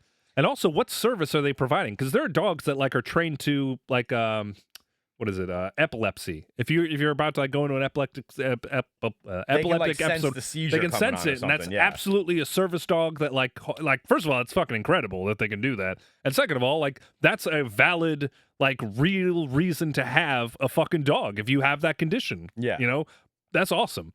But having social anxiety is not a fucking reason to hold your fucking dog in a restaurant. Like, why are you in a restaurant if you have social anxiety? Go fucking home. Well, just the bottom line is, dude, you need to fucking cope with whatever it is going on in your head and not carry your fucking dog around everywhere you go. That's fucking weird. Maybe like adding alcohol and like more butter than you should ever have in one day from this restaurant food is not helping the anxiety situation going on in your head. Exactly. You know? Get your fucking boost bar under control, you fucking wacko. Like, who the fuck is just rolling around with dogs, like, just because they're, like, nervous in social settings? It's like somebody saw, like, Dennis the Menace putting, like, a frog in his pocket and was like, I could do that with a dog. Yeah. Oh, my God. Yeah. I don't know. Dog people, like I said, if you're a dog owner who just knows that they have a dog and loves their dog, that's awesome. Good for you. But I just don't understand why there's, like, a subset of humanity that just wants them to be something that they're not. Like, you're just, like, you're looking for an emotional connection with an animal, and it's like, it's never, the dog can love you, I'm sure. Well, I mean, whatever capacity dogs can love, you know, they can love you, but they're just never going to be like a child for you. Like, it's just, stop treating them like they're little babies. They're just dogs. Yeah. You know, let them go to the dog park and hump things. You know. You know what a cool conversation that I heard going on was? I don't know who he was talking to, but like Tucker Carlson, you know this guy? Yeah. He was talking about like having hunting dogs. Yeah. And he's like, it's a crazy relationship. He's like, when you're using them to like hunt. Yeah. He's like, you're in the pack with them. Like, they understand like the nuances and this and that. They know when to shut up. They know when to not move. Like, he's like, it's wild, like the relationship that you build with like a pack of hunting dogs versus like the relationship that you have with just like a regular dog, your house dog. Yeah. And I was like, that made me want to go down a rabbit hole, but I didn't have a chance to yet. Yeah. And another rabbit hole that I wanted to bring up while we were talking about all like kind of like the animal raising and all that is Russell Crowe was just recently on Joe Rogan's podcast. Yeah. And he has like a ranch, like his own personal ranch where he like raises cattle and all this other stuff. And like he only really uses like the meat for like his immediate, like, you know, maybe like 100 people or something like that. Yeah. You know what I mean? Like, he wanted to go down the road of like sustainable farming and all this stuff, and he's like, it literally just became such a mess and such a bunch of bullshit that he's like, I want to do this for myself, for the people that I care about. Yeah. And he's like, I'm not selling it. I'm not trying to make any kind of money. He's like, but this is basically like how much fucking bread has Russell Crowe made in his life. Yeah. From acting and all this shit. You know what I mean? And he eventually found a home. Like, this is what he does. Like, he's like a rancher now. Like, he wakes up and does the feed and all this shit now. And it's like, yeah, I mean, I think it's an awesome life, you know, if you can afford to live that kind of life where it's like, you have to have made your money already. Yeah, exactly. You have to have fuck you money. Yeah. Yeah. I mean, for the most part, like if you're a farmer or if you're a ranch owner, you're just a slave to like, you know, the fucking, grind. yeah, exactly. Like, you ever see some of those like documentaries about like, you know, the fucking factory farms, like the chickens and shit? Like where like McDonald's gets like their chicken nuggets and shit? Nah. It's fucking depressing. I've Like, only ever seen the thing about their potatoes. yeah. Well, the lives of those fucking dudes lead though are like not cool. Like, and also they're constantly getting like undercut by like, you know, McDonald's will just be like, yeah, you know what? I know we said we were gonna pay X amount of dollars per pound, but never mind, we're gonna pay Y, and they just have to eat shit because it's just like, yeah, I'm in no position to stop that, you know. So those dudes lead like pretty depressing and shitty lives. I saw another interesting factoid about McDonald's Yeah. where so if you McDonald's is a franchise, Yeah. right? So like not all of the McDonald's are like owned by fucking McDonald's. Yeah. They're owned by like, you know, Frank that has like Right. 10 of them or whatever, Yeah. right? But the ice cream machine that's always broken, right, is like a I don't know what, it's like a non-negotiable as part of the franchise to have the ice cream machine, right? Yeah. And the ice cream machine can only be serviced by the company, by this one company that has them. Oh. And if you go through, so it's like a monopoly kind of thing. if you go through all like the legal back channels and stuff like this, you realize that I think that the same stakeholders own McDonald's that own this, yeah, this of course. company. So this dude did like this. I don't know. I think a McDonald's franchisee, right? He had like a brother-in-law or something that was in like tech. Yeah. And he's like, what the fuck is up with this? He's like, this thing breaks all the time. We have to use this service to fix it. You know what I mean? And the guy basically like, you know, broke into the machine from like a tech standpoint, figured out everything he needed to figure out. And he was like, basically like it's written in the code of these machines that they break every so often. Yeah. He's like, and it's built into the franchisee user agreement that you have to use this service to fix the ice cream machine. Right. And he's like, this is $1 billion side hustle that McDonald's has invented Yeah. to like make the franchisees almost like double up on what they're paying them for operating costs because they have to use this. So then this tech guy, he came up with like a company or like a download or something like that, or a patch or whatever you want to call it, to like stop this from happening. And now him and McDonald's are in this crazy like countersuit war about it. Oh, okay. Yeah, that's cool. Yeah. So Do you know the story behind like the beginning of McDonald's? Like like how it all started? Nah. So the dude, the McDonald's is owned by like a pair of brothers who owned like a really popular like chain of fast food places or whatever, and it was like Illinois or some shit. But anyway, but everyone was like so impressed that they were able to like make all of these burgers and like do all this shit. They invented the idea of fast food. It was like a conveyor belt almost of like efficiency, where it's like you place the order, you take a step aside, 1 minute later you got your food, you're good to go, right? Well, this guy Ray Kroc, who's like basically the founder of McDonald's, kind of, he kind of buys into this business, and he's like, I love what you guys are doing. We're gonna try and figure out a way of like expanding this and making more money. But at first, they weren't making shit because he was just like, they were trying to make money off of like each burger sold, like, you know, a typical restaurant would. You know, it's like, all right, I'm making 70 cents for every $1.20 I'm, you know, charging somebody for a burger or something. I'm making X amount of dollars on the milkshakes, X amount of dollars on the French fries. Well, Ray Kroc figured out though, like, well, what's the best way of actually doing this? Is it to open up 1,000 of these places and try and make like 60 cents for every burger I sell? Or is it buying the real estate that the building is placed on, charging then franchise owners to like have the business be put there, let them keep that 60 cents on the dollar, whatever that they're fucking making off burgers, and I'm just going to be the guy who basically like provides the framework for them to make the money, gives them the name, and then provides all of the equipment and everything. And now I'm the landlord basically of all of these businesses.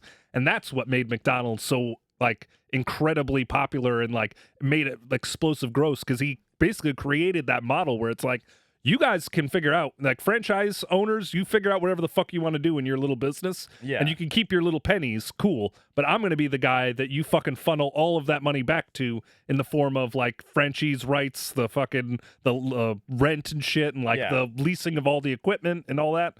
So like that's really what McDonald's is. McDonald's isn't each individual thing, like you said. It's franchise owners owning these little pieces of this greater company that just all the money funnels back to. But it's fucking wild. So it's like at the end of the day, it's like a pyramid or a Ponzi. It's 100%. Yeah, it's a pyramid scheme. Yeah, yeah. I mean, it all just goes back up to Ray Kroc. So it's like they're making the money off the real estate. Yeah. They're making the money off the franchise. They're making their money off of basically they're forcing you into ordering their all products of their goods as well, right? Yep. So like they're basically like they're Cisco, they're the landlord, and they got the ice cream machine hustle going on. Yeah, so you know that's what I mean? that's the McDonald's shit.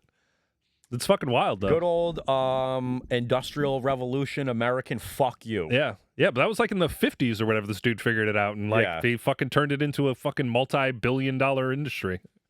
I mean, shit, I don't even know. Is it $1 trillion at this point? Fast food? It's gotta be, man. Cigarettes are still $1 trillion industry, which I don't understand that. Like, I feel like nobody smokes anymore. What the fuck are, like, how are they still like $1 trillion industry? I don't know. Yeah.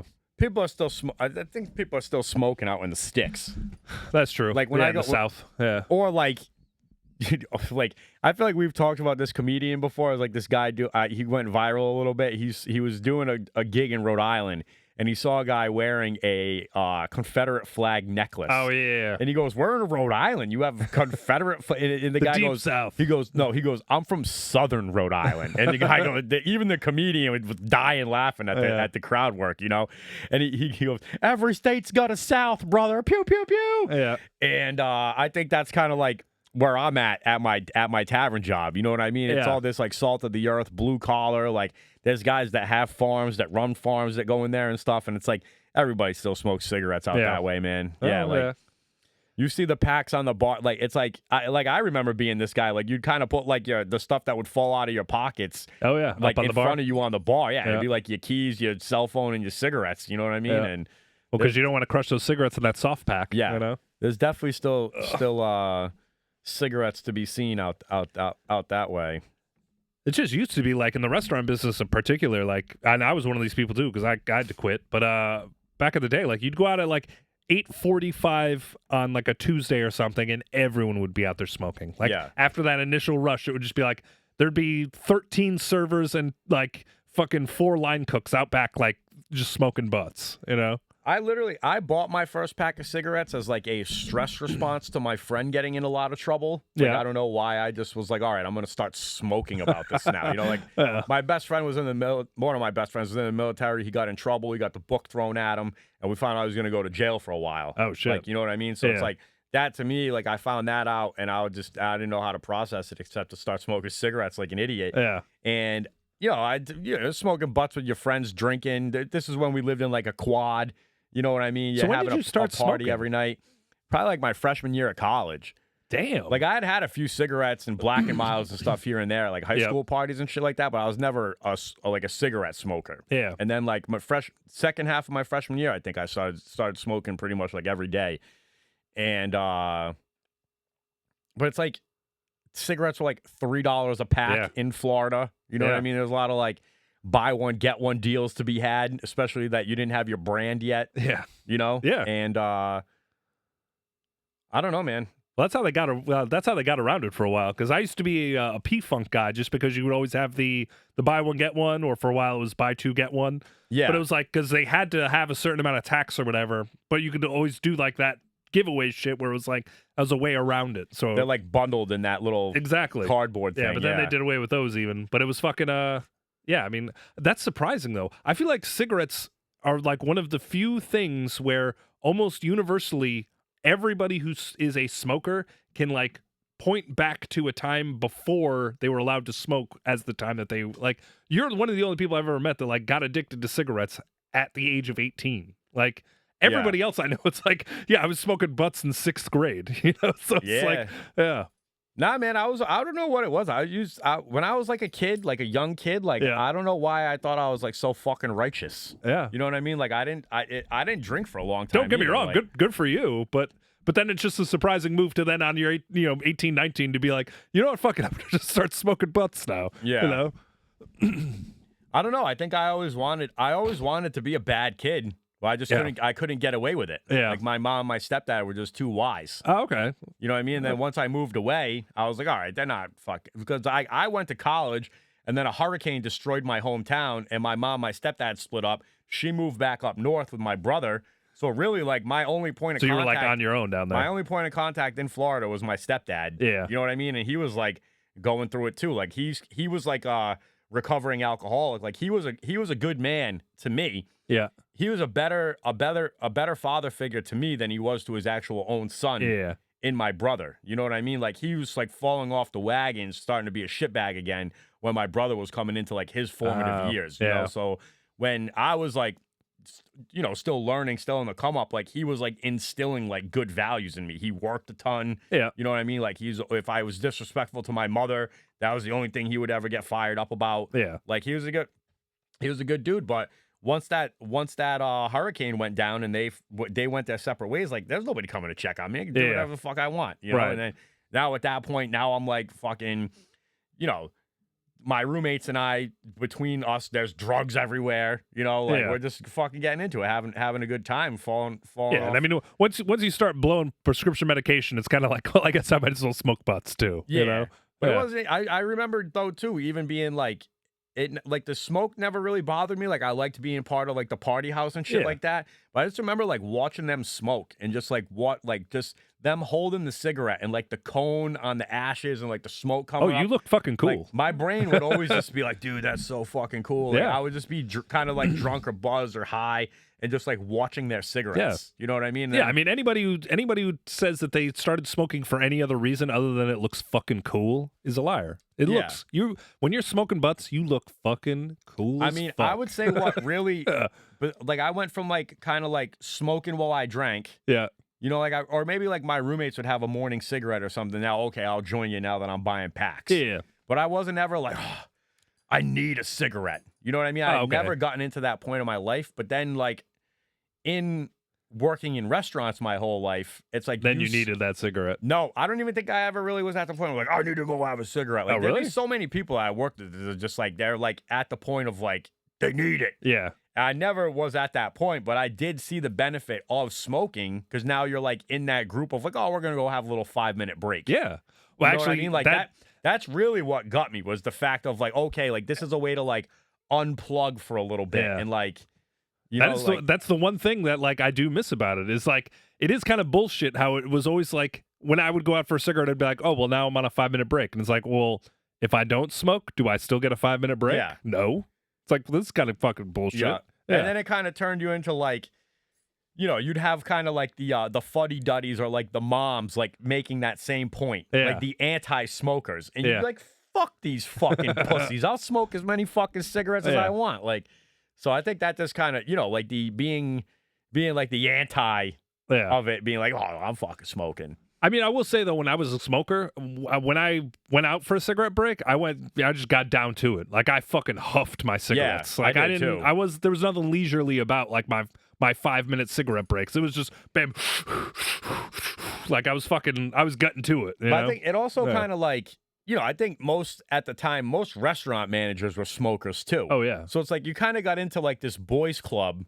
You know what I mean? Like, oh, like if your GM needed a cigarette, he knew he could bum one off of you. And that kind of got you into like the exactly. You know, now, oh, you're gonna go have one? I'll go have one with you. I got nothing going on in my section. And then now the manager's essentially being like, you want to go have a butt? Yeah. And you're like, all right. Yeah. And then, you know, a few months later, you're fucking drinking shots of grandma on you and blowing lines in the cooler with them. And it's like, how did I get all these shifts on the bar? Yeah, exactly. It's like, it's like, hey, you know were what? Being cool, man. You know. Like, it's like, hey, we don't need 7 servers tonight. Maybe we'll send one home. You know, so let's fucking give it to Brennan. You know? It's like, yeah, it's a goddamn break. Gotta give it to Brennan. Yeah, it's all game. Yeah, I can't even like. I think it's so, especially like if you're good at like waiting tables and bartending. It's like the internal politicking to you comes easy because you're just so used to like talking to people to get what you need. Managing different personalities. Yeah, you know, and it's like. It's so like I can't imagine like kind of like almost like being at like an office job where like I would think like all of the shit that you glorify and have fun and get away with in a restaurant is like faux pas at the office job. You know what I mean? So but I bet you we would crush in the fucking office environment because of that. Because like I think we have a skill set that not many people do have. Yeah. So I think actually really we would probably be excelling in those places. You know? But I'm trying to say from more of like the the person who's never worked in the service industry, right? And you're Yeah. just grinding away in this 9 to 5, like with no personality, no, I don't know what you want, boys club skills. You know what I mean? It's just like, oh, I keep getting passed over, like nothing. It's like, dude, you never learned how to play the game. Yeah. You know, like you're just being like that crocodile that's not evolving, living in the bottom of the swamp. Yeah. You know, it's like, maybe if you had a couple cool jokes every now and then, or, you know, you fucking smoke cigarettes with the cool guys, things would work out for you. That's but true. instead, you're just choosing to be a fucking lame, Yeah. thinking that stuff happens because it should. Yeah. Yeah, I mean, it's all about networking. I mean, in all aspects of life. You know, it's nobody wants to fucking hang out with a dude that's like a fucking stick in the mud. So Yeah. if you can fucking handle having a conversation with somebody and actually, you know, being funny and shit, you get further in life. You know? Dude, that's like I never would have imagined like the amount of people that I would get to come see me that I met at the airport that have found a way to come to the tavern or found a way to go to XO when I was still working over there. Like, it's like I got like 30 new regulars just being like, hey, man, decided to come check it out. And I have to like act like I remember talking to you. You know what I mean? I got to do that all the time. Fuck. Hey, it's you. Yeah. Hey. And like I feel like if you asked me to rank my downfalls in this industry is remembering people's names. Yeah. And it's like, I don't remember anyone's name. I remember what you drank. I remember what your experience was like, but I don't remember your fucking name. And like, they'll be like, Ryan. I'll be like, fuck you, bro. I have a badge that says my name on it. You know what I mean? Like, get out of here.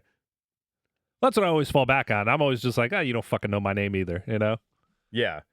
Sometimes they do, and I'm like, oh, well, I'm a shitbag. Every time I say that, I'd be like, you don't know my fucking name. Yeah, like, exactly. Your name's Ryan. Your birthday's April 9th. We know your whole fucking story. Yeah. We come here to see you, and you don't know my name? Like, nah. Although the place that I always fucking get exposed is on the VIP rewards. I just like, yeah. They'll be like, put it on my account, and I have to be like, I don't know who the fuck you are. Like, what's your last name again? Well, even then though, you get the last name, and it's like, you know, something like Arnold, and then you look it up, and there's like fucking 13, and you're like, oh shit, you know, it's like, is this guy Dave, Ian? Is it, you know, it's like, I don't fucking know who this is, you know. That's funny. That's a name when I first saw it. I was like, what the fuck is this shit? Yeah. Ian? How the hell do you say this shit? Well, that's Irish people for you. That's an Irish name? Pretty sure. Any weird name that, like, doesn't have enough fucking consonants in it as an Irish name usually. They're big on, like, the combining, like, E, O, and U somehow into a fucking name and then having it be pronounced, like, E. It's like, well, we didn't need all these extraneous letters, did we? I only know two Ians. It's the dude from 90210 who plays Steve. His real name is Ian. Oh, Ian, God damn it. Something with a Z. Yeah, he was also in Sharknado. No way. Yeah, I've never seen that. You never saw Sharknado? Nah. Man. It's to be expected, though. Yeah. I mean, it's a fucking terrible movie, but... I had a grade school friend named Ian, and we were pyromaniacs together. And I used to go over his house after school, and we would, like, put stuff in the microwave and light it on fire. And I remember one time we, like, wrapped up a Stretch Armstrong, like a ball of tinfoil. Yeah. And just kind of took it too far. And, like, the whole blew house... the fucking thing apart. No, it didn't. There was no, like, we saw it, like, start catching on fire and, like, open the door. But, like, that smell of, like, burnt Stretch Armstrong was, like, all throughout the house. And we're like, we're in so much trouble. We're in so much trouble. We're going to get exposed for lighting stuff on fire. And then I think eventually we started, like making small fires in his basement. And I think his younger brother, like, told on us or something. And his mom was like, what the fuck? Like, rightfully so. Yeah, rightfully so. And then we didn't hang out anymore.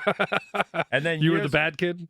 Years later, that younger brother, he ended up being one of the managers at the burger joint on North Main Street. Oh, really? So, like, I recognized his last name. I go, yo, is your older brother this fucking dude? He goes, yeah. I go, you fucking remember me, dude? I almost set your fucking house on fire. I almost burnt the house down, bro. Now, like, anytime there's any kind of, like, reel or anything about that, I fucking, like, I never reconnected with the brother but the younger brother, I'm now like, we're on good enough terms. I'm like, yo, fuck, send this dude this reel on Instagram about fucking putting stuff in the microwave. Like, see, we were just having fun. Yeah, we were having fun. Oh, I don't know why you had to tell your mom.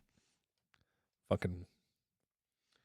That might have been the second worst ratting that I've ever been ratted on for. What's the first? I was in like a partnership with one of my buddies where we would roll around on bikes and steal hood ornaments off of cars. Yeah. And I was smart enough to never keep my shit in the house. Yeah. And I think at this point I had like a step brother that had come down and started living with us. And I had noticed that my my Playboys and such were kind of out of sort. And I was like, this motherfucker's like going through my room. You know what I mean? And I was like, all right, like any other fucking nonsense I got going on, it's like this kid's gonna fucking be the fink. Yeah. You know what I mean? So it's like I was smart enough to not have it there. But this kid, I think his parents found his shit. And he just tried to be like, oh, it's Ryan. Here's his idea, da, da, da, da, making me do it. Yeah. You know what I mean? Just tried to make me like the bad guy. Yeah. And I was like, what the fuck, dude? Like, you know what I mean? This is like my best friend at the time. It was almost like going through like a breakup. You know what I mean? I was like, yo, fuck you, you fucking little rat. Like, I don't even fucking want to be boys with you no more. Like, yeah, I mean, if you're caught anyway, like, what, you're gonna bring somebody else down? It's not gonna make that's exactly what happened. Like, you could have just taken your medicine. Yeah. You know what I mean? And been like, you know? Yeah. Yeah, nah, nobody's ever ratted on me. Ever. You know what, though? I've never really put myself in a position to be ratted on by anyone. Because, like, I never really... Well, no, actually, I guess I did. Yeah. I mean, think, though, what's the age gap between you and your brother? 3 years. Were you doing, like, shitty work together when you were kids? So we were actually just far enough apart where, like, he kind of did his own thing, and then I kind of did my own thing. And then, like, when I was, like, maybe 18 or so, like, then we started, like... Yeah. You know, but, like, my young days, like, and shit, like, my mischief... Like, actually, weirdly enough, my whole town is like all of my brother's friends all had younger brothers who then all were also friends. Yeah. So, like, Hyde Cabbage his older brother was like my brother's best friend. And, you know, I had another buddy whose brother was like one of like their ancillary friends or whatever. But, like, it was kind of just weird in that way. So, like, we didn't really fucking fuck with each other, though, like, really until, like, I started getting a little older and, like, yeah, 18 or so. But we never ratted on each other. Or I should say, I never ratted on my brother unless it was something blatant that, like, he did and I did not. And I'm not fucking taking the heat not for going you. down for yeah. it, yeah. So, like, the kind of thing where, like, my mom would find, like, a bong or something, like, in the fucking woods, you know, like, behind her house, like, thrown in the bushes. And, you know, she'd be like, whose is this? And I'd be like, that's mine. I'm a fucking idiot. Somebody's going down for it. It's mine. But if she finds a backpack full of booze and it ain't my fucking backpack, it's like, that ain't my fucking backpack. Yeah. That's my brother's, you know? So, yeah, like my brother and I are 9 years apart. Yeah. So it's like we never got in any dirt together. Yeah. So I think that, like, basically, like, your brothers were your friends of the same age that you were, like, doing shitty stuff with. You know what I mean? So that's just it. We were far enough apart where we weren't doing any dirt together, but we were both simultaneously doing dirt. Yeah. You know what I mean? So yeah. But yeah, I never ratted on my brother. Like, if we were both going down for something, I wouldn't have just been like, or if I was going down for something, I wouldn't just bring him into it. He did it too. Yeah, exactly. You know? I feel like that's the brotherly love. Whereas, like, your friends, they're like, somebody's got to get grounded with me. You know what I mean? Like, and you're like, yo, fuck you, bro. Fuck you. Well, so my freshman year of high school, we I was hanging out with that kid Hilton. I hang out with one of the Hilton, whatever. And we were smoking pot in his room, and we were like we were public enemy number one, like, the whole year, because we were just so fucking dumb. The kind of thing where, like, I can't believe it took us that long to get busted. But we were smoking pot in his fucking room, and we always would, like, set it up so that way we'd have something in front of the door, because the teachers all had keys to our rooms, so, like, you could just walk right in. So all of a sudden we're smoking pot, and, you know, we're using, like, the Zoob tube and shit out of the window fan, and it fucking still stinks of pot in the room. The guy, like, just breaks in, you know, and he's banging against the wall, and there's, like, adjoining doors, right? So it's me, Hilton, and this other kid, right? And the other kid, like, I got to give him credit. The kid was fucking lightning fast. It was almost like he saw it coming. But immediately, as soon as the key hit the door, he's up out of his seat. He's through the adjoining door. And as the other guy's, like, pushing his way in, he goes out the other kid's room and he's out, right? So right off the bat, like, the guy knows there was another person in there because he heard them. But it's like, I didn't see anyone else in here. That's how I roll. So he got off scot-free. I'm, like, caught in the room, though, where, like, literally I try to stand up and go after this kid. And the fucking teacher pokes his head and he's like, don't fucking move long. And I'm like, oh, shit. You know, so I'm busted. And it's obviously my buddy's room, Hilton. And so he's busted too. But I will say this, like, I don't know what made me think of this, but, like, they busted us, they bring us down, and they're like, we know you're smoking weed, blah, blah, blah. And my buddy Hilton was like, yeah, we were smoking weed. And I immediately jump in. I'm like, who's we?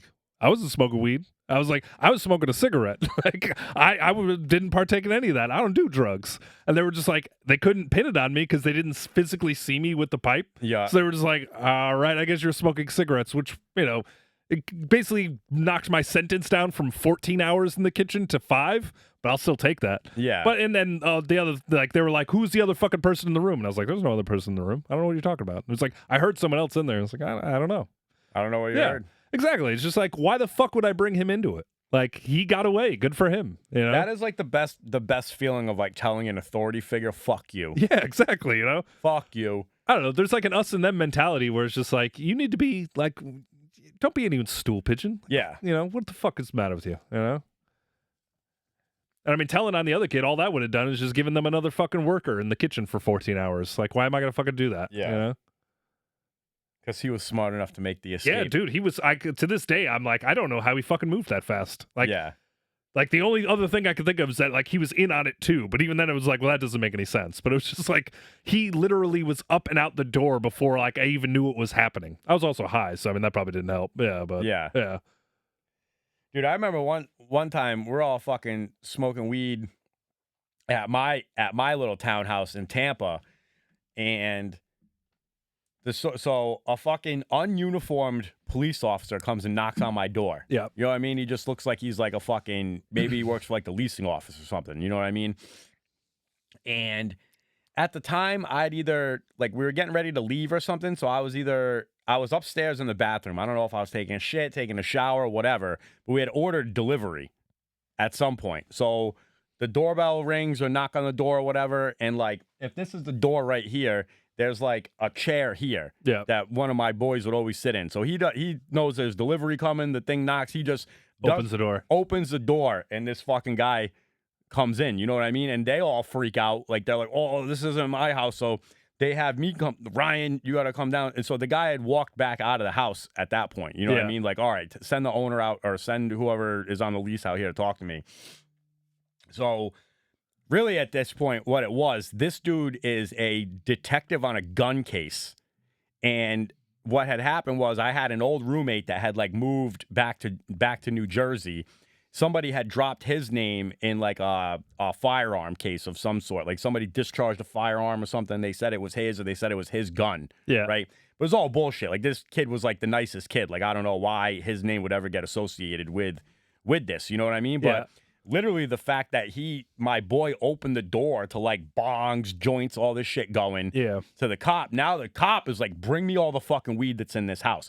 He didn't tell me about the gun charge yet. You know what I mean? I feel like he's going to use the weed as like a pivot point. Yeah. To be like, "Tell me about this shit."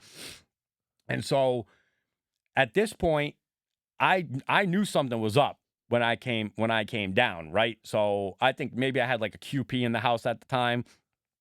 And I put it somewhere. Now in my panic, I fucking can't find this fucking bud, right? And this cop's like expecting me to bring him out some fucking weed. And I'm literally like, all I could find was like this smaller bit. Maybe it was like a quarter or an eighth or something like that. And he like takes it and he like throws it on top of he's like, "This is all you fucking have?" And starts being a dick to me. He's like, "I'm not here about any fucking weed." And then he starts like laying on to me, you know what I mean? Like gun charges? About like what it is and shit. And feel like he could literally see like the confusion on my face of being like, "What the fuck? Like, Kevin would never do anything like that, da da da da." You know what I mean? And he basically like left me like kind of like Fight Club. He's like, "I got my eye on you. You better turn your life around." You know what I mean? I was like, "Oh my God." And I was like, "Thank you so much, sir. This has made such an such an impact on my life. I'm going to turn it all around. I'm going to turn it all around." And he's like, "Yeah, fucking right." And he like got back in his car and left. And I was like, how the fuck did that just happen? And then literally like after that, like, all you want to do is smoke. And we're like ripping my house apart, like trying to find the fucking the quarter pounder that I fucking put somewhere. And I don't know how long it took us to find it, but that makes me think of another time where I lost some cocaine and I tore my whole house apart trying to find it. And I was like, it's got to be gone. It's nowhere to be found. And then months later, I lost the remote, and like literally the bag of coke was like right where I looked for the remote. And I was like, how did we go through this whole house and not find it there? Yeah, it's literally just sitting like right here. I don't understand. You can't see when you're in panic mode, I don't think. That's true. Yeah. When you want that fucking line. Or even like, I don't know, like I'll come home like in a rush for something, be like trying to find something. I just can't find it. Oh yeah. If it wasn't for my wife, I literally wouldn't. Yeah. I wouldn't have anything anymore. I can't tell you how many times I'm like, "Where's my fucking wallet?" You know. I've fought this battle with my wife though. Like, do I not not know where anything is? Or does she move it? Yes. Yeah. Do I put something down being like, I know it's going to be there, and it's just not where she deems it acceptable? It is very convenient that usually, like, the second place that my wife looks, my wallet ends up being there, and it's like, huh. Yeah. You know, it's like, yeah. Very suspicious. Yeah, that's interesting. Yeah. It's just their way of, like, being like, you do need me. Yeah. If it wasn't for me, you wouldn't find anything. I guess. They're gaslighting us. It's so fun. Like, you ever watch any Stavros? You know that comedian? Yeah. He like has these. He looks like he's an extra from the second season of The Wire. Yeah. He's like from there too. Yeah. But he has these parts on his podcast where like people call in asking for like relationship advice. Yeah. And it's like this guy being like, I've been with this girl for 7 years. I brought up getting married, and she was like, I don't think that it's the right time. And he's like, I was devastated by this. I don't understand why she wouldn't want to marry me. And she's like, well, I just feel like you still have like a lot of growing up to do. Yeah. And she's like, you're still watching all of this anime. You're still, I guess he's got all these little like figurine collections and shit like that. Yeah. And Stavros is just basically like, he's like, if you marry this lady, he's like, eventually you're gonna get a divorce and you're gonna have to sell off this collection. Yeah, she's gonna get pay half for of your it. alimony and your lawyers. He's Yeah. like, so figure out what you want to do, buddy. And like one of the things this guy was saying, he's like, I just can't imagine like a world where I don't have like posters and stuff up as like my decorative, you know what I mean? And Stavros is like, I don't Marriage think you ain't gonna be understand for you. how relationships work, bro. Yeah. He's like, when you go with a girl, he's like, they take over the decorating. Yeah. He's like, it means way more to them than it will ever mean to you. Yeah. He's like, if your silly little Halo poster is that important to you, he's like, you got to cut this lady. Yeah. You better be comfortable with having that Halo poster up on your wall alone. Yeah. No, he's like, you better be comfortable with guy roommates for the rest of your life. Like, yeah, and I remember when I was a kid and I had like the party house and stuff, like it was very important to me to be like having all this cool shit. Yeah. And I remember like when I would come home to like visit my dad, I'd be like, he doesn't have fucking any cool shit. Yeah. Like he just lives in a house completely decorated by Lori. Yeah. You know what I mean? Like, what the fuck? Like, how is this any way to live? And like the older I get, the more I'm like, my old man had it figured out. Like he just doesn't fight those battles. Yeah. Like, do whatever you want to do. I don't fucking care. Yeah. I don't care. And, like, I made it to that point in my life where I'm like, I don't give a fuck about these lava lamps or this fucking Linkin Park poster or any of this shit. Yeah. Like, I just want to get laid on a consistent basis and not get on any arguments. Honestly, yeah. Like, I mean, my driving force is I just don't want to talk about what goes on the wall. Like, Yeah. you do whatever you want because I don't want this to be a discussion. oh, my God, bro. Yeah. That is, like, the worst when, like, the paint swatches and shit come Yeah. out and you're just like... I mean, to me, it's a matter of this now where it's like, you know that you don't care about my opinion. So why are you asking me for it? Yeah. Like, please, just spare me. We're going through like this big renovation in the house or whatever, and she's constantly being like, what do you think we should do with this corner of the room? What do you think the color of the house should be? What about the color of the shutters? And I just have to be like, you know that you don't want to listen to what I have to say. You just want to tell me what you want and then have me agree with that. Yeah. So let's just skip to that part. Just skip to the part where you're just like, I want the house to be white with black shutters. And I'll go, yeah, that's cool. I like that. Hey, You I know? signed off on Yeah. all of this paperwork to get you to shut up. Exactly. Like, stop talking to me about the house. Yeah. Just do what you need to do. Exactly. You know, and not for nothing. It's like, we're dropping enough money here at this point where it's just like, this amount of money is what I'm willing to spend. So that way to keep you happy. So you just be happy. Just do that. Do whatever you want to do to make it. I don't give a fuck if my house is pink and purple. Do whatever you want. Yeah. Because I'm spending this amount of money for us to just not have to talk about the house anymore. Yeah. You know? I'm done with it. Yeah, exactly. That's why it's like you're gonna be like getting out of that or like you'll be on like the horizon of getting out of that, like as all those like first college payments start coming in. There's no college money. There's no college. I'll save you the suspense on that one. guys There's join the military. $0 for college. I don't know. Figure it out. I did. I figured out that college wasn't for me, and I make a living. You'll be fine, or you won't be fine. I don't know. Are any of us fine? You know. Yeah, I don't think saving for college is a good thing for your kids. I think it leads to having soft kids. I think you need to have an element of like, oh shit, if I don't figure this out on my own, I'm gonna end up in a fucking tent city under a bridge. Yeah. Like, if you don't have that, like, you know, I don't want my kids to have it be like 50-50 that you end up like a fucking derelict, but like, there should be a 10% chance my kids like ruin their lives. If I, You know, like, I went off to college on the direction of my parents, like on them being caught up of like, oh, my kid's gonna break this generational curse of not going to college. You know what I mean? Yeah. And I had secured a Bright Future scholarship that paid for 75% of my tuition, and I believe 75% of my books. So I was only on the hook for like 25% of this. Yeah. And I feel like most of that was being subsidized by my parents and my grandparents for being like proud that somebody finally went to college. Yeah. This wasn't my dream. Yeah. You know what I mean? So like when I got there, I was finally like, oh, I don't have to listen to you guys anymore. I don't have to be under your watchful thumb. I can just do whatever the fuck I want. I don't actually care about this. It's not my money that I'm wasting. Yeah. Like, you know what I mean? Like, I didn't actually like earn this scholarship, if you ask me. Like, Yeah. I just went to school. You know, Yeah. and school was pretty much, it was never really that difficult for me. So it's like I carried like a BC average in weighted honors, dual credit, and AP classes. So it's like I could just be a fuck off.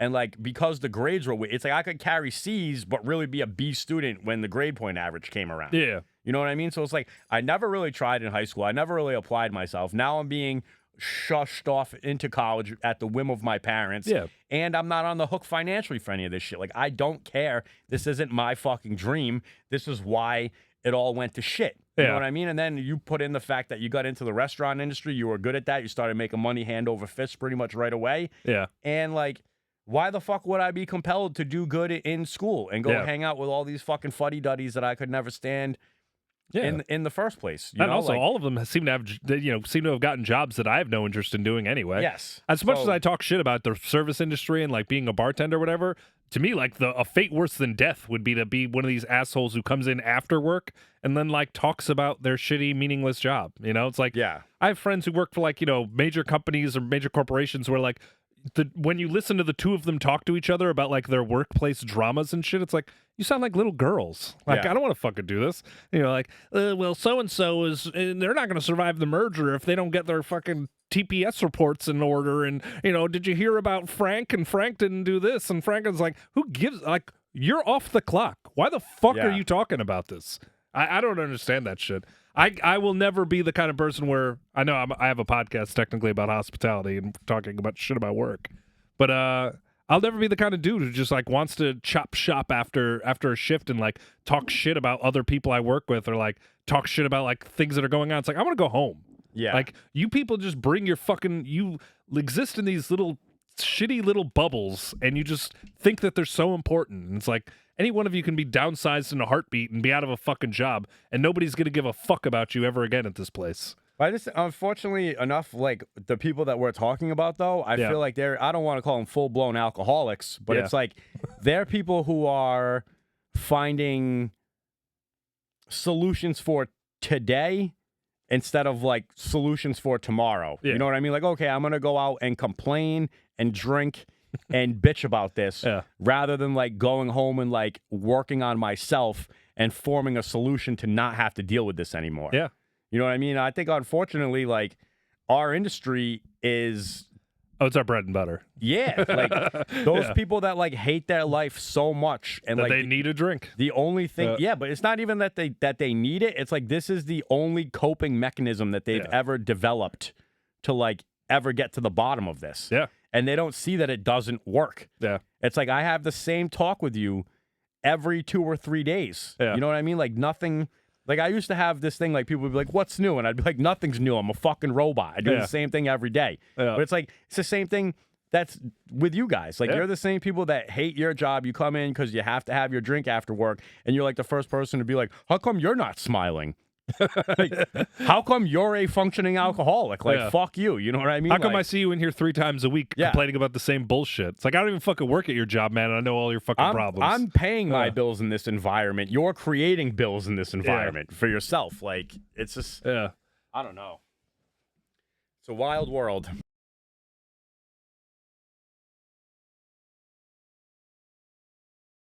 All right. So, yeah. All right. I guess that's it for episode 16. All right. Thanks for coming by. Great shirt. Golden Girls. Solid Air Maxes. Yeah. I put on closed-toe shoes just for you today. That's why I opened the door with no socks on. I was like, holy Christ, I'm never going to hear the end of this. Well, I didn't even notice. So I didn't even notice. All right. Well, that's all the feet and PP we got for you today. Sounds good. Like, share, subscribe. Come check us. All right. Thanks, guys.